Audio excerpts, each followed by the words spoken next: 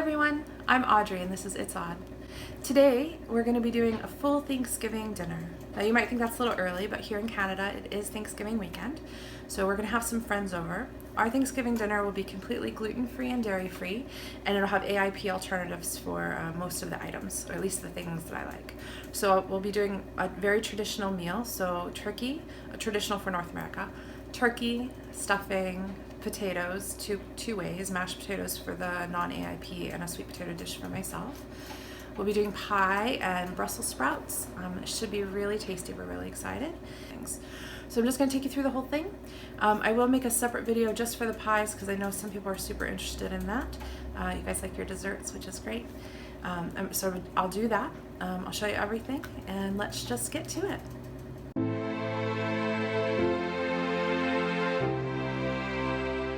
So here we're going to start with turkey. I'm just taking the neck and the giblets and the kind of organ meats out of the center there. And then I'm going to salt this turkey really liberally. This is just pink Himalayan sea salt. And you're going to put that all over the whole turkey. I do turkey just like I do my a roast chicken. So I basically just salt it. It gives it a nice kind of crust, makes it really crunchy skin. And it helps keep the moisture into the bird. So I do that all over. And then I just cut up an onion, and I have garlic cloves that are peeled, and I just stuff the cavity with those. I don't stuff it with stuffing because I just worry about cooking it. Sometimes the stuffing doesn't get quite done enough, and then with gluten-free stuffing it often gets a bit soggy, so I rather just put some aromatics in there just to help with the flavor of the bird. Then I just take it and put it in the oven at 350. You just want to check your turkey cooking times, so however long your size of bird needs. I did this one for about 3.5 hours. Then I just cut up some potatoes, cut up russet potatoes. This is for everyone else. And then I'm just going to cook these in the Instant Pot. I cook my potatoes when it's a big pot like this for about 15 minutes on high pressure. I'm going to add some pink Himalayan sea salt to that. And I'm also going to add, you just do that to taste however much you want. Then I'm also going to add some chicken broth for my liquids. You need at least a cup of liquids, half a cup to a cup of liquids for this much food in an Instant Pot. I just choose to use the homemade chicken stock. It gives it a really nice flavor.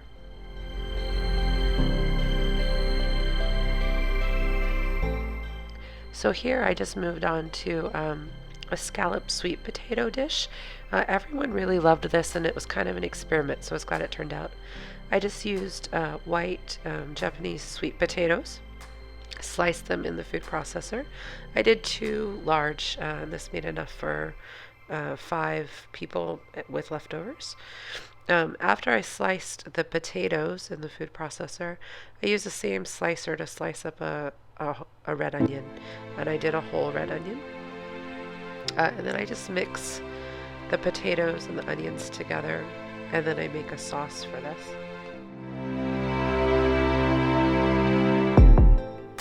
So the sauce is pretty easy to put together.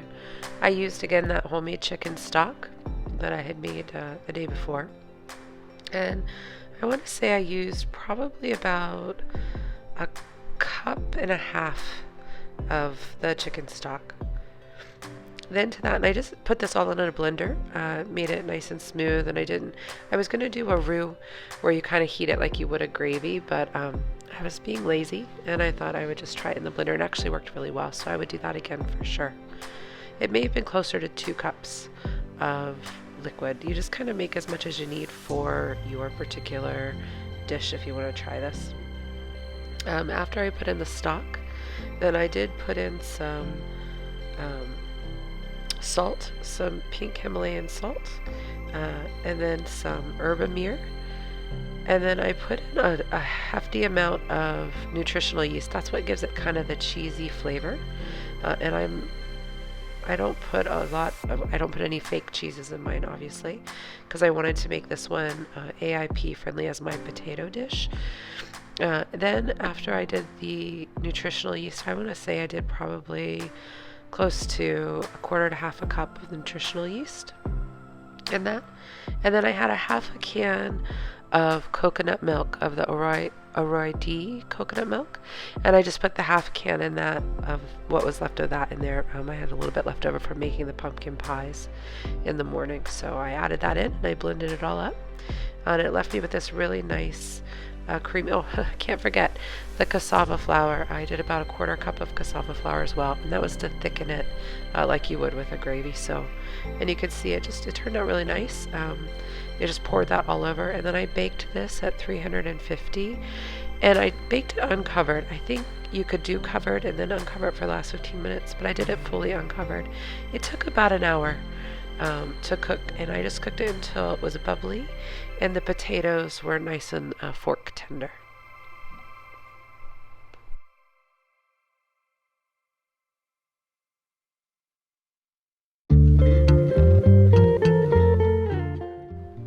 So after I got the scalloped potatoes in the oven, I decided to make an Aip stuffing. I made a gluten-free, dairy-free stuffing. It was a box mix, or a kind of a package mix that my son wanted to try. And then I made this Aip stuffing. Everyone thought the Aip stuffing actually tasted better than the box mix, so that was kind of cool. I started by dicing really finely some celery. And then I cut up about a quarter of a large red onion, so maybe about a half a regular size onion, and I diced it really kind of a mince on that as well. I added them both to just a saute pan and sauteed them with a bit of avocado oil, some salt, and some sage, just to give it that kind of traditional stuffing flavor.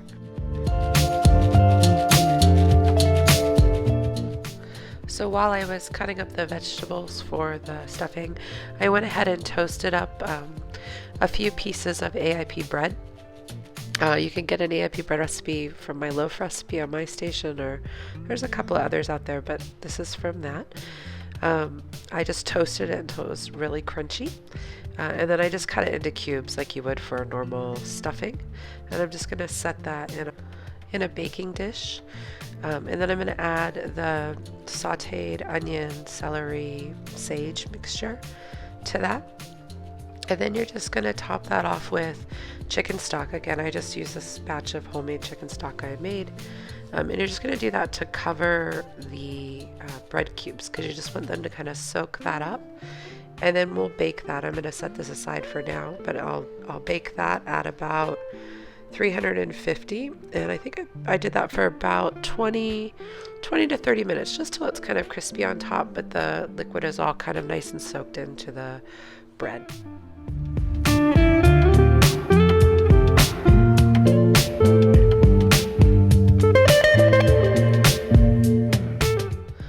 So I've set mine aside, and now I'm just making that prepackaged stuffing that my son requested. So the package just called for butter and water. This is a vegan butter. It's the Earth Balance soy-free vegan butter for them. So I just put that in the pan. I'm going to put the water in the pan. I'm going to put the breadcrumbs and the seasoning mix from the package as well. I'm going to cook that until it's sort of mushy, and then I'm going to put it in a baking dish and bake it off as well. So this one actually didn't turn out that great. I didn't taste it, but the rest of the crew that was here didn't really care for it. We probably would not buy it again. So sorry to the brand that created it, but it was not a favorite.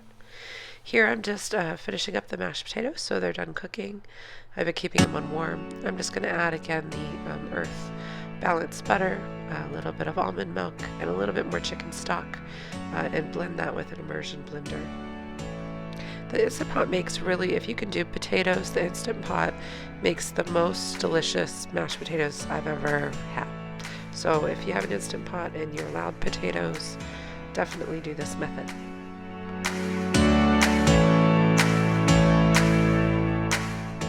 So we did Brussels sprouts as well. I read an article that you could do frozen vegetables the same as you could roast regular vegetables, like raw vegetables.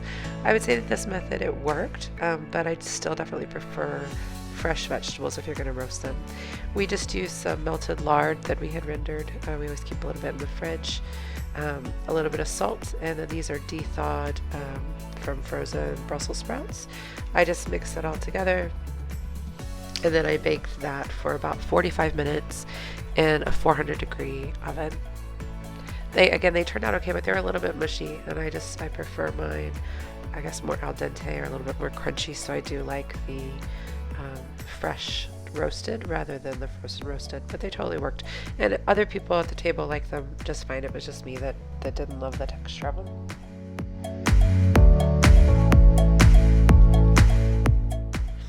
So here I'm just collecting some of the drippings from the turkey that I had pulled out. I'm going to use that to make the gravy, so that's the fat and flavor for the gravy. I did 2 gravies. I did a gluten-free gravy using the gluten-free flour mix that we have here at home for everyone else. And then I had read that you can use cassava flour in the same way, 1-for-1, that you can for gravy. So I wanted to test that out.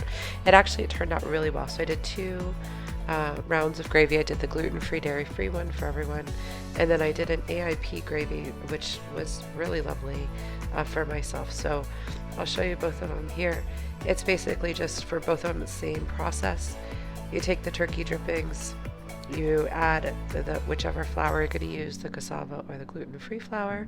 Once the drippings are hot and ready, you stir that in, and then you use your chicken stock to stir in until it's the consistency that you want, really. It takes not very long, maybe 10 minutes or so to make gravy. It's a pretty fast process. You can add salt or Herbemere or things like that to it, but because I had salted the turkey, the drippings were already quite salty, so I didn't need to add more salt to it.